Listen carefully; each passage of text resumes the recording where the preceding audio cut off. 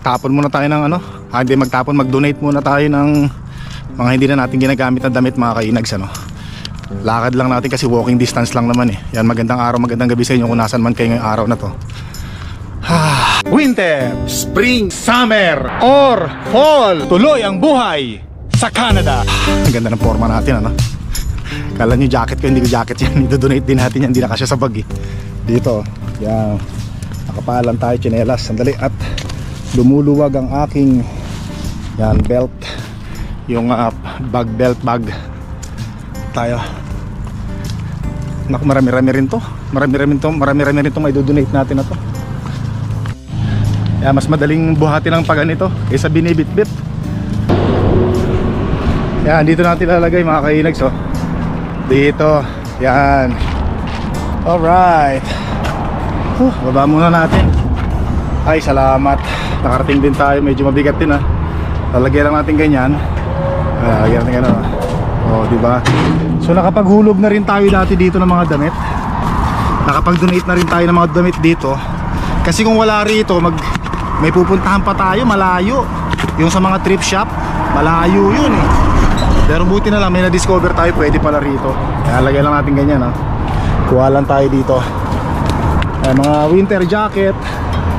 Yan, winter jacket yan. Mga ni Mahal Arena, mga prinsesita natin. Yan, oh.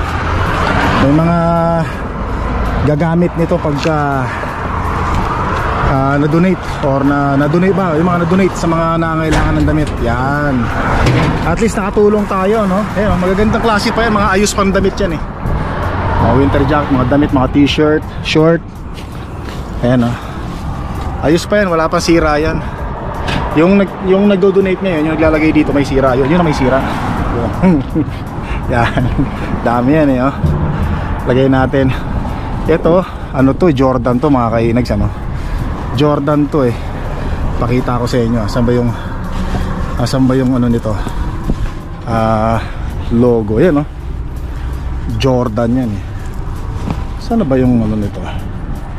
Ayan oh. Jordan yan mga kainags oh. Tapon na natin kasi masyadong maluwang. Meron talagang ano yan para sa tamang tapo. Yan, ayos. Konti na lang. Lagay natin dyan. O, diba? So, nakalagay dyan, o, thank you. O, lagay pa natin to. Yan. Lagay na natin, budbud natin dyan, o. Ayos. Pa, last, konti na lang. So, marami pa tayo mga ano doon, marami pa tayo mga damit na i-donate dito. Hindi ko kaya mag-isa ito, may medyas po. Ayan, ayos na. Alright, let's go. Ayos na yan. Ito, baka tumama ulo natin dito. Masira yung ano, pag tumama yung ulo natin dyan, masira yung ano, masira pa natin. Eh, yung ulo natin matigas yan eh. Puro kolokoy, no?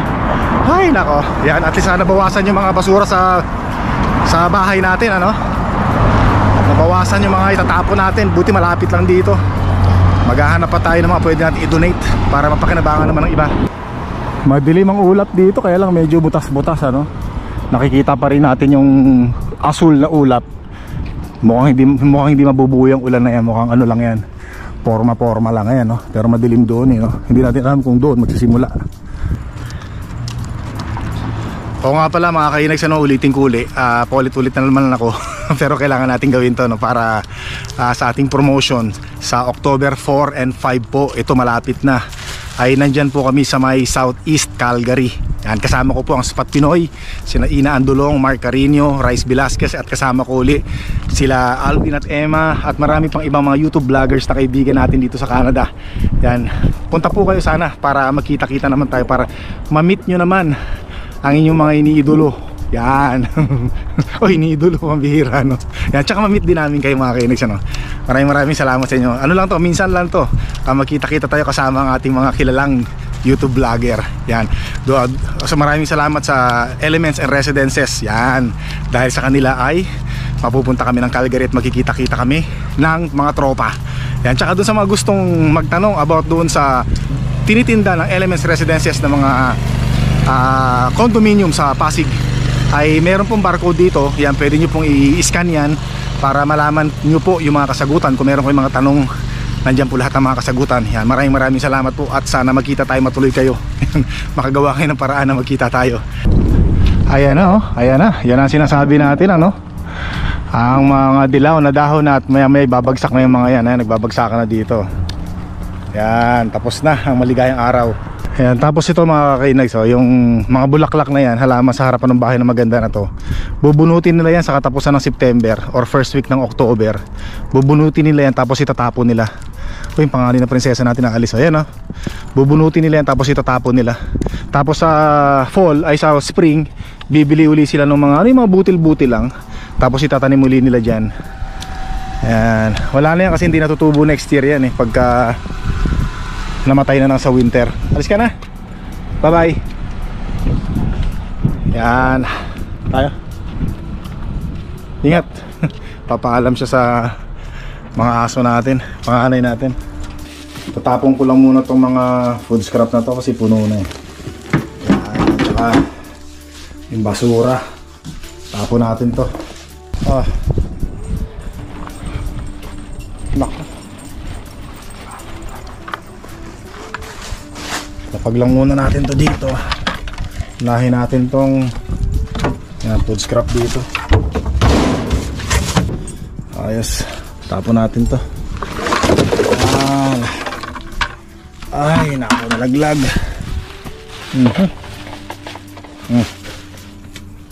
Mga nalaglag pa rin na yan, oh. Kunin natin. Huy, ano yan? Naku, delikado ko nung nakain ni Sayon, ah. Kunin naman natin to.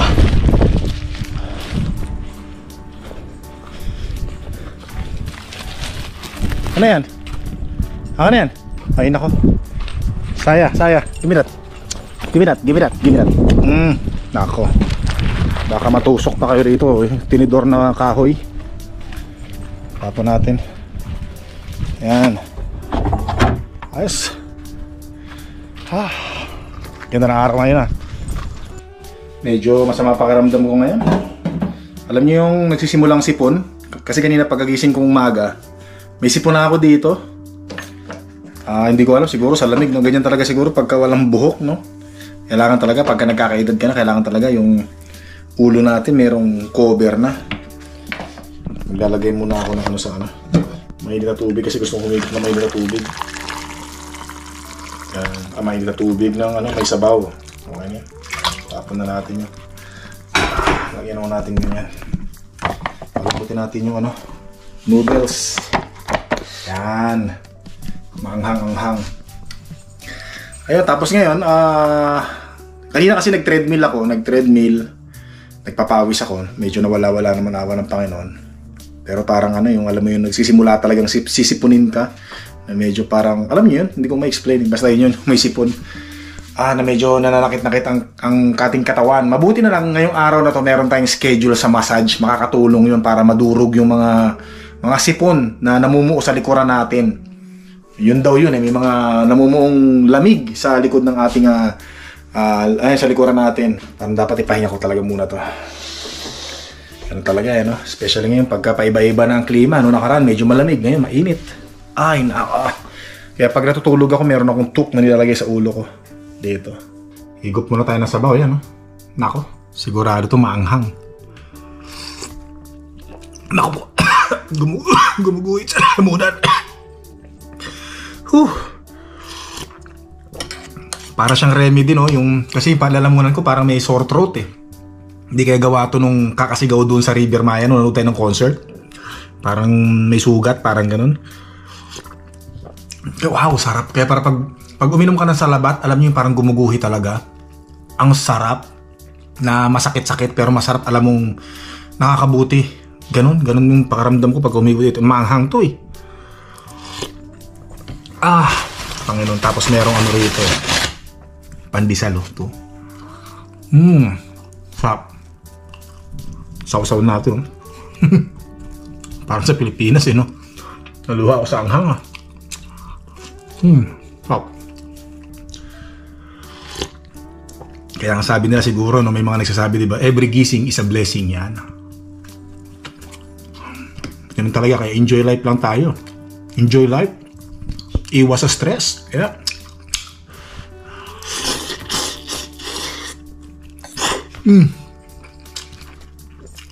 Dahil sa stress mga kainags, no? Marami nagkakasakit. Nako, balitaan nyo ba yung kay Dr. Willie Ong? Di ba? Sa stress daw yun. Yun talaga. Kaya enjoy natin ang buhay natin mga kainags. Enjoy. Dapat balance lang. Balance lang. Oh, ito na pala yung ating masahista. Meron tayong ano ngayon, ano? Itong baboy. Ribs ng baboy. Yan, lalagyan lang natin ng seasoning. Yan natin to, i-bake natin para meron tayong kakainin ngayon. Tapos bao natin sa trabaho. Sa oven natin. Hinugasan ko na siya, oh. Yan. Nako, sigurado. Tapos ano, mga kainags, ano? Matagal na akong hindi nagra-rice. Matagal na akong hindi nagkumakain ng rice. Siguro 2 linggo na. Puro tayo protein. Yan. Kasi syempre yung kanin parang hindi, pag sobra hindi maganda sa katawan kasi nagkukos daw ng ano yan eh, ng sugar sa loob ng katawan natin. Yan. Tsaka ayon na rin sa mga pag-aaral, sinasabi nila na yung pag-iwas sa pagkain ng kanin, yung protein lang, eh maganda raw. Which is okay naman, tsaka nagiging healthy. Yan. Ano saya? Ano? Kung nandiyan ka, ha? Takot ka? Yan. Yan. Dito ako nilagay. Ayos. Tapos set natin sa bake. Yan. Start. Ayos. Lagyan natin ng ilaw. Okay na yan. Ayan. Hintayin na lang natin maya-maya ng konti. Ito na yung ano natin. Wow. Panalo. Perfect yung ano, kulay mga kainags. Perfect po sa ating ilaw. Yan, no? Perfect na perfect yung kulay. OG. Ito, baunin natin to. Tapos ito kakainin natin ngayon. Yan, naligo na ako habang hinihintay natin yung para diretso pasok mo tayo pagkatapos kumain. Tapos avocado. Ito naman ngayon yung titirahin natin. Yan. Tinapay lang. Tapos ito. Tsaka, syempre saging. Pero kailangan natin yung protein. Tapos hindi ako nagkakanin mga kainags, ano? Yan, kaya tingnan nyo yung katawan ko. Medyo maladonis, di ba? No, kasi meron akong balak ano, may balak akong applyan yung sumasayaw sa ano, sa club. Pangarap ko rin dati yun, maging ano, ago-ago dancer. Oh, di ba? Hindi, mga kainags, joke lang. Ano lang, syempre health conscious lang tayo, no? Kasi gusto ko ako, sa akin kasi mga kainags, no? Gusto ko kasi ako, pag habang nagkakaedad ako, mas gusto ko yung healthy pa rin, yung good looking pa rin, yung fit tingnan, healthy tingnan. Tsaka syempre gusto ko kasi habang nagkakaedad tayo, wala pa rin tayong tiyan na malaki. So, di ba? Sabi kasi nila, pag ang lalaki raw, nakalbo at lumaki ang tiyan, wala na, tapos na. End of the world na ng mga lalaki. Yun. Totoo ba yun? Totoo ba yun? Hindi ko alam eh, no? Pero ako mga kinis, talagang, ewan ko, nasanay lang siguro, or mas sanay lang ako talagang tingnan sa sarili ko na parang, hindi naman kagandahan ng katawan natin. Konti lang. Pero ayoko yung nakikita ko yung sarili ko na malaki ang tiyan. Yan, sa akin yan mga kinis. Tsaka gusto ko kahit paano medyo may dating pa rin tayo kahit konti na lang. Diba? Wala lang tayong buhok eh. Tapos, wala pa tayong dating. Diba? Gutom lang siguro to. Makakain na. Bihira. Kainin ko muna to. Baka maliit ako. Bihira. Joke lang mga kinex ha. Joke lang tayo ha. Good vibes lang, good vibes. Sarap nito. Kain tayo mga kinex oh. Sarap. Panginoon.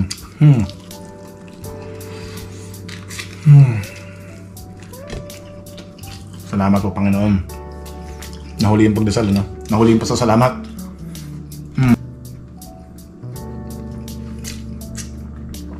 Perfect yung luto. 2 hours bake, bake.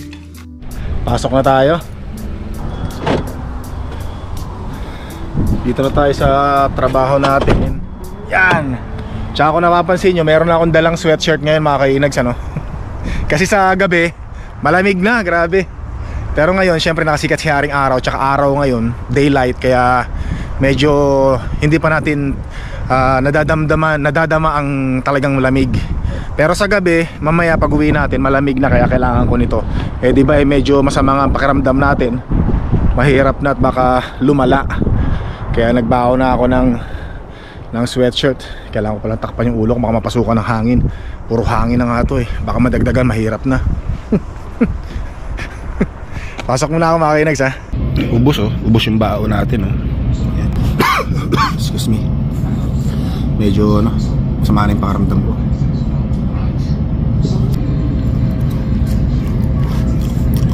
Pero kaya ko naman magtrabaho.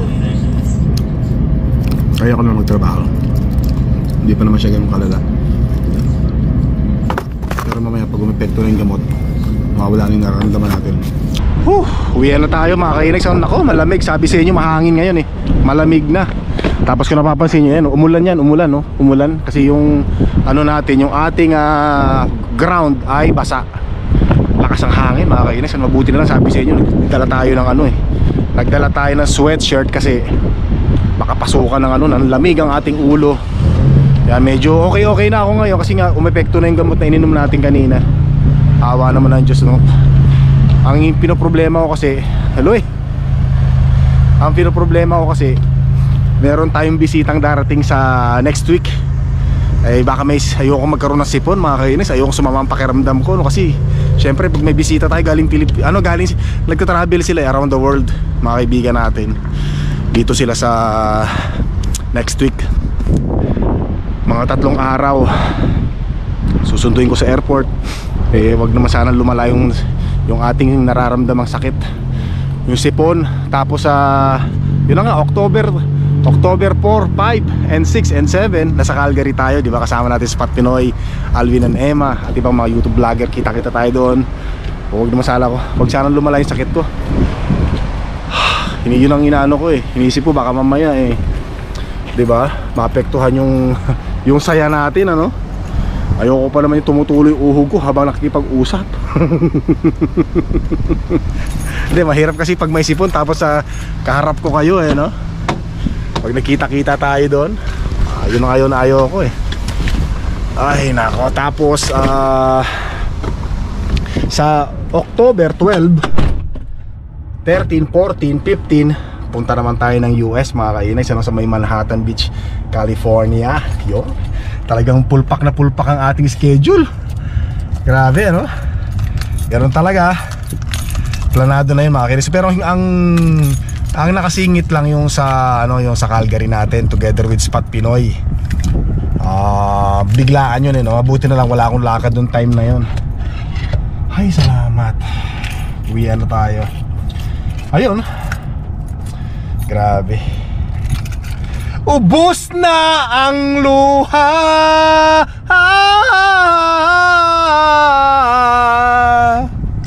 Nariyan ka pa ba? Nagluluksa sa dilim. Ubos na ang luha. Parang biglang umulan Naririnig nyo?